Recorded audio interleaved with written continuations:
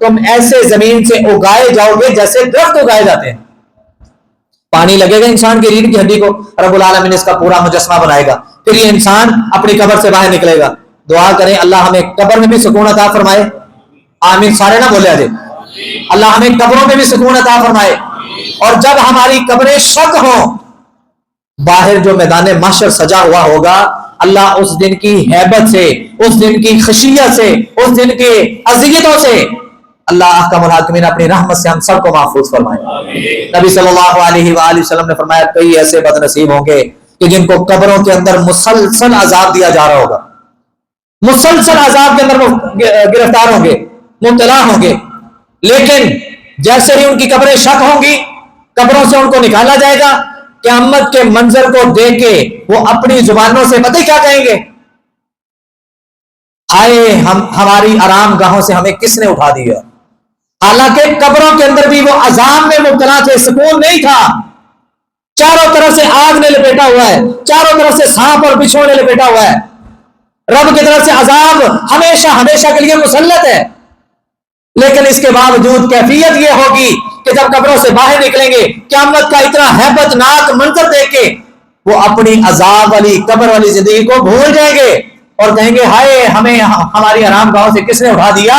یہ بھی لوگ ہیں, لیکن اس کے برعکس اس کے ساتھ ساتھ وہ لوگ بھی ہیں کہ جن کو دنیا میں مصلی رسول پر رب نے شرف بخشا, قبر کے اندر جن کو رب نے شرف بخشا, اب جب ان کی قبر کھلے گی تو نبی صلی اللہ علیہ وآلہ وسلم نے فرمایا آج ہم اپنی اولادوں کو وکیل, ڈاکٹر, جج, پروفیسر یہ سارا کچھ بنانے کا تو سوچتے ہیں. ماں کہتی ہے میں نے یہ بنانا ہے, باپ کہتا ہے میں نے یہ بنانا ہے. اللہ کرے کہ ہماری ماں کی اور ہمارے باپوں کی سوچ کے زاویے بدلیں, ان کی سوچیں اس طرح کی بنے جس طرح کی سوچ امام بخاری کی ماں کی تھی. کیا دعا کرتی تھی, اے اللہ مجھے بیٹا دے تیرے دین کے لیے وقف کر دوں گی, اے اللہ مجھے بیٹا دے تیرے دین کے لیے وقف کر دوں گی. آج ہم کسی کو کہیں نا یار تو آدھا گھنٹہ دے دو دین کے لیے, آدھا گھنٹہ دین کے لیے دینے کے لیے تیار نہیں ہے, ٹائم نہیں ہے. وہ کتنی عظیم مائیں کہ اللہ اولاد دے, اپنی اولاد کو تیرے دین کے لیے ہمیشہ ہمیشہ کے لیے وقف کر دوں گی. جو جی جنہوں نے امام بخاری رحمۃ اللہ علیہ کی حالات زندگی پڑھی ہے یا ان کی سیرت پڑھی ہے, امام بخاری رحمۃ اللہ علیہ بلے سن, ستے رہتے سن, 40 دن کا پیدل سفر کیا ہے صرف میرے نبی کی ایک حدیث کو لینے کے لیے. پتا چلا فلاں علاقے میں ایک بندہ ہے اس کے پاس میرے نبی کی ایک حدیث ہے, ایک حدیث کو لینے کے لیے 40 دن کا پیدل سفر کیا, راستے میں ذات راہ ختم ہو گیا, گھاس پھوس اور درختوں کے پتے کھا کھا کے گزارا کیا, اور جب اس بندے کے پاس پہنچے دور ہی ابھی کھڑے تھے, اس بندے کی حالت دیکھ کے وہیں سے واپس آ گئے. حالت کیا تھی اس کی, آج ہم دھوکہ دیتے ہوئے ہمیں شرم نہیں آتی, ایک دوسرے کے ساتھ فریب کرتے ہوئے, دغا بازیاں کرتے ہوئے, دھوکہ دیتے ہوئے, جھوٹ بولتے ہوئے. لیکن امام بخاری اللہ تیری قبر پر کروڑوں رحمت نازل فرمائے, امام بخاری رحمت اللہ علیہ دور سے کھڑے دیکھتے ہیں کہ اس بندے نے اپنے کرتے کو ایسے کر کے کیا ہے اور دور کھڑے ہوئے اپنے گدھے کو پچکار رہا ہے کہ ایسے میری طرف آ جائے. یہ جولی ایسے اپنے کپڑے کو یوں اٹھایا ہے کہ اس کو لگے کہ میرے پاس اس کے لیے کھانے کے لیے کچھ ہے. جانور قریب آیا, اس نے اپنا کرتا چھوڑا, جانور کو پکڑا, رسی کے ساتھ باندھ کے وہ لے گیا. لو جی ساڈے واسطے اندر اس کو گل ہے, جانور ہے نا, جانور پھڑ واسطے کام کرتا تو کوئی مسئلہ نہیں. لیکن امام بخاری کی ماں نے اگر وعدہ کیا تھا نا رب سے, تو رب نے سوچ بھی ویسی عطا کی تھی. کہتے ہیں کہ جو بندہ رب کی مخلوق کو, بے شک وہ جانور ہی ہے, بے شک وہ گدھا ہے, جس گدھے کے متعلق رب نے قرآن کے اندر اعلان کیا کہ مجھے سب سے گندی آواز گدھے کی آواز لگتی ہے, ان انکر الاصوات لصوت الحمیر, مجھے سب سے بری آواز گدھے کی آواز لگتی ہے, میرے رب کا فیصلہ ہے. اسی گدھے کو بے شک کیوں نہیں اس نے دھوکہ دیا, جو رب کی مخلوق کو دھوکہ دے سکتا ہے وہ میرے نبی کی حدیث کے اندر بھی دھوکہ اور فریب کر سکتا ہے. وہیں سے واپس آ گئے.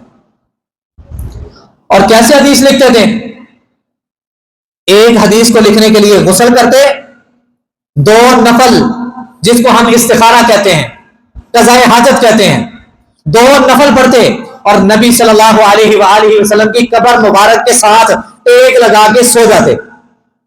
آقا علیہ السلام خواب میں آتے, اس بات کی تصدیق کرتے تو امام بخاری اپنی کتاب کے اندر اس حدیث کو لکھتے وغیرہ لکھتے ہی نہیں تھے۔ ایویں نہیں اللہ نے اعزاز عطا کیا، دیوبندی، بریلوی، شیعہ، سنی، بابی، پوری امت کے علماء کا متفقہ فیصلہ ہے، اور الحمدللہ ہم نے تو پڑھی ہے بخاری کے فرنٹ گتے کے اوپر، فرنٹ پیج اس کے اوپر باقاعدہ ہر بک کے اوپر مینشن ہے کہ اس قرآن مجید کے بعد آسمان کی چھت کے نیچے، تحت عدیم السماء، آسمان کی چھت کے نیچے اور اس زمین کے فرش کے اوپر رب العالمین کی نازل کردہ کتاب قرآن مجید کے بعد اصح الکتب بعد کتاب اللہ تحت عدیم السماء، اللہ کی کتاب کے بعد آسمان کی چھت کے نیچے اگر کوئی صحیح ترین کتاب ہے پوری امت کے علماء کا متفقہ فیصلہ ہے، وہ صحیح البخاری، صحیح البخاری۔ حضرات آج ہماری سوچوں کے زاویے بدلے، ہمارے گھروں سے رونقیں ختم ہو گئی، قرآن پڑھنے پڑھانے کے سلسلے ختم ہو گئے۔ حضرات اگر ہم چاہتے ہیں کہ اعزاز ہمیں ملے، دنیا میں بھی رب کی رحمتیں ملے، قبر میں بھی ملے، حشر میں بھی ملے، خود بھی کوشش کریں اپنی اولادوں کو بھی دیندار بنائیں، اپنی اولادوں کو بھی حافظ قرآن بنائیں۔ میں نہیں کہتا کہ ڈاکٹر نہ بنائیں، انجینئر نہ بنائیں، وکیل نہ بنائیں، جج نہ بنائیں، سب کچھ بنائیں، لیکن اس کے ساتھ ساتھ اگر آپ کا بیٹا حافظ ہو، آپ کا بیٹا قاری ہو، آپ کا بیٹا مصلی پہ کھڑا ہو، آپ کا بیٹا ممبر پر کھڑا ہو، اللہ اور اس کے رسول کی باتوں کا چرچا کر رہا ہو، دل پہ ہاتھ رکھ کے بتائیے گا آپ کو اس وقت اپنی کی ہوئی محنت پر فخر ہوگا کہ نہیں ہوگا؟ دل کو سکون ہوگا کہ نہیں ہوگا؟ دل کو ٹھنڈ پڑے گی کہ نہیں پڑے گی؟ اور یہ تو دنیا ہے، کل قیامت کا دن ہوگا۔ میرے اور آپ کے پیر و مرشد جناب محمد صلی اللہ علیہ وسلم نے فرمایا اس بندے کی قبر پھٹے گی، یہ باہر نکلے گا، سامنے دیکھے گا ایک سایہ دار چیز کھڑی ہے، سواری ہے، اس کے اوپر سائے کا بندوبست کیا گیا، یہ اس سے پوچھے گا ماں نانتا تو کون ہے؟ وہ کہے گا مجھے رب نے بھیجا ہے، رب نے بھیجا ہے کہ یہ میرا محبوب ترین بندہ ہے، یہ میرا معزز ترین بندہ ہے، میں اس بندے سے محبت کرتا ہوں، یہ دنیا میں میرے طور طریقے کے مطابق زندگی گزارتا رہا ہے، لہذا آج یوم تبدل الارض غیر الارض والسماوات، آج زمین بدل چکی ہے، آسمان ٹوٹ چکا ہے، سورج سوا نیزے پہ آ چکا ہے، میرا یہ برگزیدہ بندہ اگر اس تپتی زمین پر پاؤں رکھے گا اس کے پاؤں جل جائیں گے، اس کے پاؤں اس زمین پر نہیں لگنے چاہیے، مجھے یہ حکم دے کے بھیجا گیا ہے۔ اب اس کو قبر سے اٹھا کے ڈائریکٹ ہی کس کے اوپر بٹھایا جائے گا؟ سواری کے اوپر۔ یہ اعزاز کس کو مل رہا ہے؟ صاحب قرآن کو، صاحب قرآن کو یہ اعزاز مل رہا ہے۔ اب اس کے اوپر سایہ ہے، اس کی ڈیوٹی کیا ہے سواری کی؟ کہ اس کو رب کے عرش کے پاس چھوڑ کے ہے، لو جی یہ اس نے اپنی ڈیوٹی ادا کر دی۔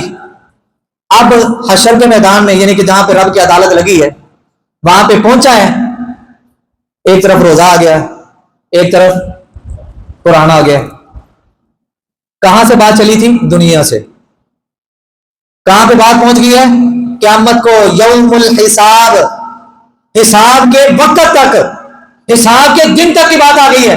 قرآن نے ساتھ چھڑیا ہے، بولو سارے جی اسی قرآن تو ساتھ چھڑ دیے تھے، پھر نبی علیہ السلام نے جڑی کل قیامت میں رب کے سامنے شکایت کرنی ہے۔ ہمارا یہ ایمان ہے نا کہ نبی رب سے مانگے تو رب عطا نہ کرے، یہ کیسے ہو سکتا ہے؟ ایمان ہے نا۔ تو اگر نبی صلی اللہ علیہ وسلم رب کے سامنے امت کی شکایت کریں تو کیا رب معاف کرے گا؟ وہاں پہ پھر پکڑ دکڑ نہیں ہوگی۔ اگر نبی کی سفارش سے حساب و کتاب کا معاملہ شروع ہو سکتا ہے تو نبی کی شکایت سے لوگ پکڑے نہیں جا سکتے۔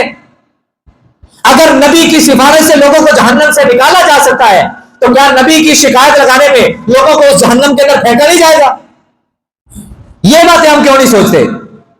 بس ہم نے ساتھی سیدھی سیدھی رائے رکھی ہے، جہاں پہ میری بات، جہاں پہ میرا ذہن، جہاں پہ میرا دل مطمئن ہو بس، لیکن جہاں پہ میرے ذہن، میرے دل کی کیفیات اور میری ذات بات سے ہٹ کے بات ہو، نہیں دین سے سختی ہے ہی نہیں، دین ایڈا بھی سخت نہیں ہے، رب بڑا غفور رحیم ہے، رب بڑا معاف کرنے والا، ہاں معاف کرنے والا ہے، لیکن قرآن اور حدیث نعوذ باللہ کیا یہ جھوٹ بول رہے ہیں؟ یہ کن لوگوں کے بارے میں پھر کہا جائے گا؟ یہی لوگ ہوں گے نا۔ اللہ ہمیں سمجھنے کی توفیق عطا فرمائے۔ نبی صاحب نے فرمایا اللہ کی عدالت میں پیش کرنے کے بعد قرآن آ جائے گا، اے اللہ اس بندے سے ہی ساتھ نہیں لینا، اگر میں تیری سچی کلام ہوں، میں تیرا قرآن ہوں، سچی کتاب ہوں، سچی کلام ہوں، اے اللہ پھر آج اس سچی کلام کی وکالت کو سنتے ہوئے، سفارش کو سنتے ہوئے، میری بات کو سنتے ہوئے اس بندے پر رحم کر دے، اس بندے کو معاف کر دے۔ دنیا میں لوگ اپنی خوش گپیوں میں مصروف ہوتے تھے، یہ میری تلاوت کرتا تھا، اس نے مجھے یاد کیا, دنیا میں یہ پڑھتا پڑھاتا رہا. اور حضرات آج ہماری سوچوں کے زاویے اس انداز سے بھی بدل گئے. ہم نے سمجھا ہمارے پاس بنگلے نہ ہو, ہمارے پاس گاڑیاں نہ ہو, ہمارے پاس پیسہ روپیہ نہ ہو, جائیدادیں نہ ہو, تو ہم جو ہے نا دنیا میں بہترین لوگوں میں اپنے آپ کو شامل ہی نہیں کر پائیں گے, ہم تو بڑے گھٹیا قسم کے لوگ ہو جائیں گے. اللہ کرے اللہ کرے اللہ کرے میری یہ بات ہمارے دلوں پر اثر کر جائے. حضرات پیسے والا بہتر نہیں, بنگلے والا بہتر, بولے سارے حدیث میں سناؤں گا پھر آپ میری بات سے اتفاق کریں گے. پیسے والا بہتر, گاڑی والا, بنگلے والا, فیکٹریوں والا, جائیدادوں والا بہتر, بہتر کون ہے؟ نبوت والی زبان نے جس کو بہتر کہا ہے, جس کو میرے اور آپ کے پیر و مرشد جناب محمد صلی اللہ علیہ وآلہ وسلم نے بہتر کہا ہے, وہ بہتر ہے. اب وہ کیٹاگری کہ جس کیٹاگری کو نبی صلی اللہ علیہ وسلم نے بہترین قرار دیا ہے, فرمایا خیرکم من تعلم القرآن وعلمہ, تم میں سے بہترین لوگ وہ ہیں جو قرآن کو پڑھتے ہیں, قرآن کو پڑھاتے ہیں. قرآن کو سیکھنے اور سکھانے والے لوگ بہترین لوگ ہیں. اگر قرآن کو پڑھنے والا, قرآن کو پڑھانے والا, اس کے پاس گاڑیاں ہیں, بنگلے ہیں, پیسہ ہے, روپیہ ہے, بہترین لوگوں میں یہ شامل ہے. لیکن ساتھ ساتھ ان چیزوں کے حقوق بھی ادا کرنے ہیں. ان چیزوں کے حقوق, پیسہ روپیہ آ گیا نہیں سب بن کے بہ جانا, بات سمجھ آ رہی ہے نا؟ ان چیزوں کے اپنے اپنے حقوق ہیں. بات یہ کر رہا تھا کہ نبی صلی اللہ علیہ وسلم نے فرمایا کل قیامت کو بھی یہ قرآن رب کی عدالت میں سفارش کرے گا, اور تب تک اس کا ساتھ نہیں چھوڑے گا جب تک یہ اس بندے کو جنت کا داخلہ دلوا نہیں دیتا. اور دوسری حدیث کے کلمات ہیں, نبی صلی اللہ علیہ وآلہ وسلم نے فرمایا یہ اس پڑھنے والے کی انگلی کو پکڑے گا اور جنت تک چھوڑ کے آئے گا.